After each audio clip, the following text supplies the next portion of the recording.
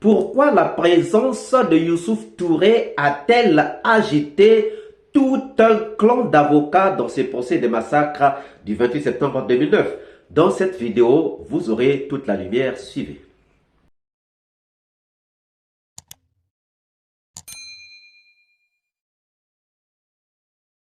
Bonjour, bonsoir, cela dépend de l'heure à laquelle vous regardez cette vidéo.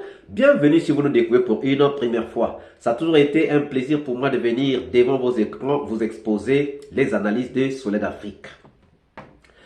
Pourquoi lorsque Youssouf Touré a voulu prendre la parole, il y a eu un enchaînement ou un déchaînement des avocats contre sa déposition? Nous avons vu Maître Pépé Lama demander la parole pour dire qu'il n'était pas crédible, qu'on puisse écouter, qu'on puisse auditionner les témoins Youssouf Touré. Nous avons vu Maître Silla qui s'est levé pour dire qu'ils étaient dans le droit d'auditionner Youssouf Touré. Nous avons vu Maître Keta qui s'est levé pour venir dire qu'on n'avait pas le droit d'écouter Youssouf Touré. Tant de choses qu'à un certain moment, le procureur est venu éclairer par rapport aux raisons qui avaient été annoncées. La raison était laquelle?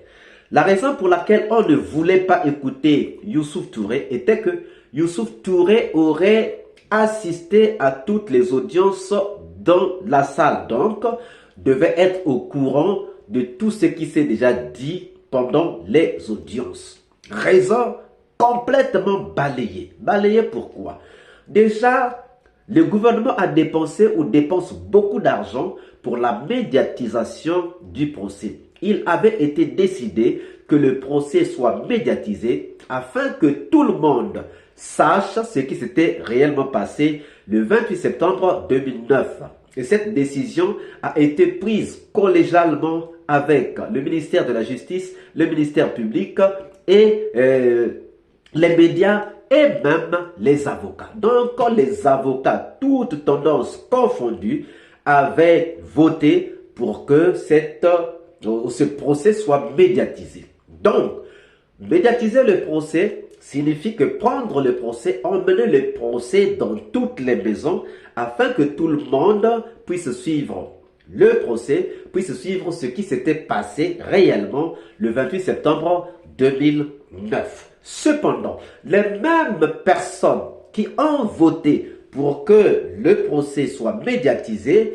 viennent dire que tel témoin a déjà l'information du procès, il ne peut pas être témoin. Qui n'aurait pas les informations sur le procès? Quelle est cette personne qui ne sait pas ce qui est en train de se passer au procès des massacres du 28 septembre 2009? Monsieur qui comparaît par devant votre tribunal. Vous vous souviendrez qu'à l'entame de ce procès... Monsieur qui comparaissent? Celui qui comparaît. D'accord. Oui. À l'entame de ce procès, vous aviez, en application de l'article 418 du Code de procédure pénale, ordonné à ce que tous les témoins se retirent de la salle. Et celui qui comparaît par devant vous a plusieurs fois suivi cette audience dans cette salle. S'il le conteste, les caméras de surveillance en feront foi. Je ne sais pas qu'est-ce qu'on peut faire du témoignage d'une personne qui a pratiquement suivi toutes les audiences. Qu'est-ce qui va nous apporter de différent de ce qui a été dit ici? Certainement, pour appuyer X ou Y, nous ne savons même pas ce qu'il va dire, mais nous sommes juste préoccupés par la bonne et saine application de la loi et également intéressés par le souci d'avancer sereinement dans ce dossier. Donc, sur ce, nous estimons qu'il n'y a pas lieu de l'entendre à titre de témoin. Je vous remercie. D'accord, Monsieur le Président. Avec votre permission, je vais aller sur la même ligne que mon distingué confrère Maître Pépé Antoine. Monsieur le Président, en dehors des caméras, bien sûr, Monsieur le Président, ce témoin qui est aujourd'hui devant vous, Monsieur le Président, Asseyez-vous d'abord, monsieur. Il a été toujours, Monsieur le Président, présent dans cette salle. Et Monsieur le Président, je ne vais plus aller loin, ce n'est pas ma première fois de connaître Monsieur Omar Youssouf Touré, comme il vous a dit. On va voir tout à l'heure son identité, si c'est Omar Youssouf Touré ou bien si c'est Youssouf Touré tout court. Donc je le voyais régulièrement dans cette salle, Monsieur le Président. Régulièrement. En dehors des caméras, Monsieur le Président. Donc, je vous remercie.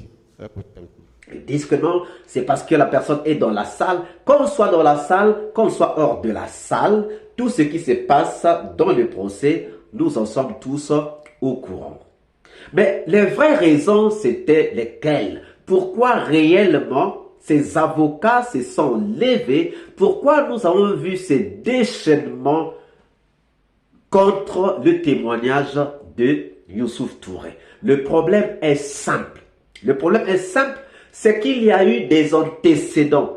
Il y a eu des antécédents entre ces avocats et le témoin Youssouf Touré. Même si Maître Keita dit à un certain moment que ce témoin ne connaît personne dans le box des accusés, cela s'est avéré complètement faux. Déjà, lorsqu'il dit qu'ils se sont retrouvés avec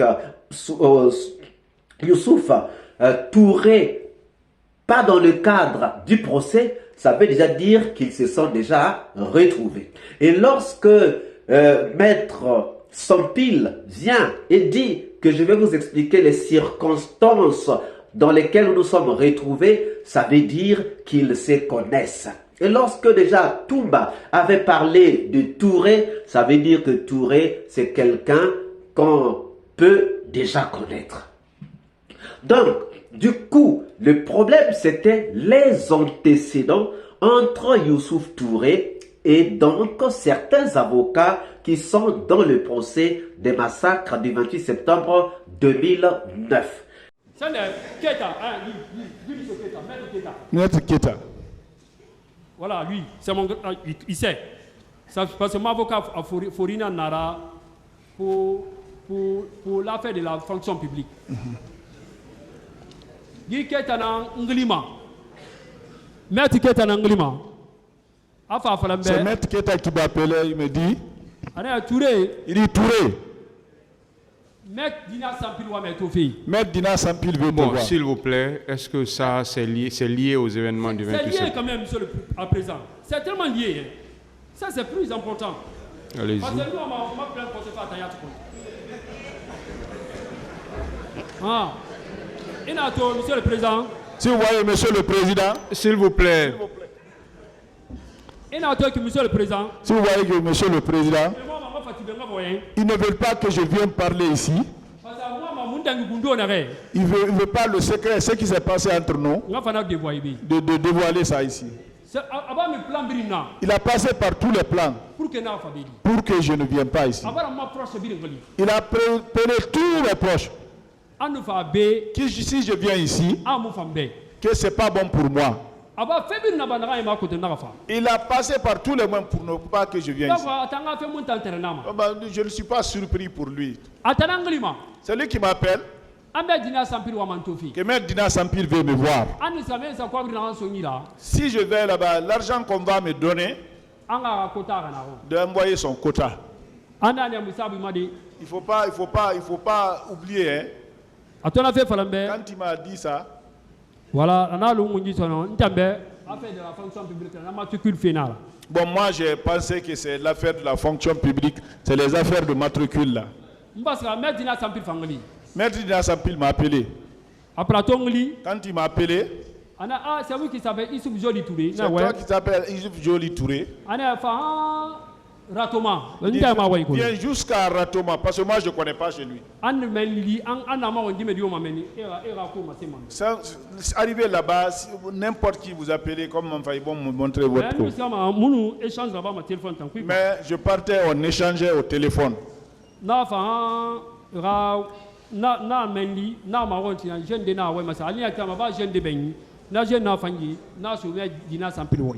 je suis arrivé là-bas. J'ai demandé, il se trouvait qu'il avait envoyé un jeune On s'est rencontré, ce jeune-là m'a conduit chez Dina Sampin. Je suis rentré chez moi, Dina Sampin. Je suis assis. Donc,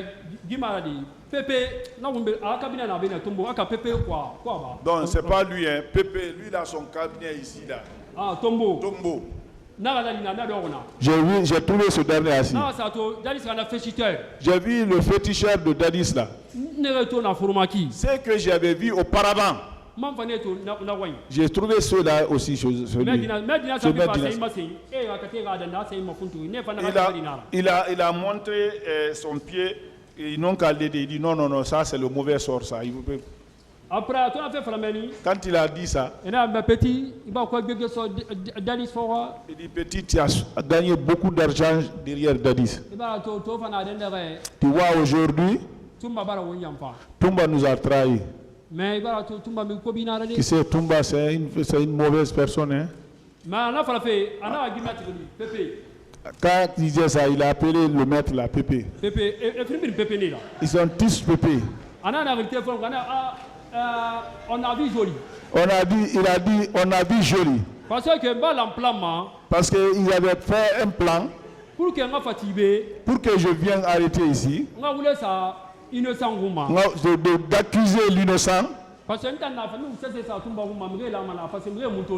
que tout ce que je vais mettre sur Tumba, les gens vont croire parce qu'ils nous ont vus. Donc, du coup, le problème c'était les antécédents entre Youssouf Touré et donc certains avocats qui sont dans le procès des massacres du 28 septembre 2009. Les antécédents sont lesquels? Les antécédents sont que Youssouf Touré a été approché par les avocats ou certains avocats pour soit lui demander de ne pas participer parce que Youssouf Touré dit qu'on lui aurait dit que si tu vas au procès, c'est pas bon pour toi, ça sera dangereux pour toi. Donc, si c'est dangereux pour lui, c'est pour lui dire de ne pas participer au procès. Or, si on l'approche, ça veut dire qu'on reconnaît qu'il a des informations.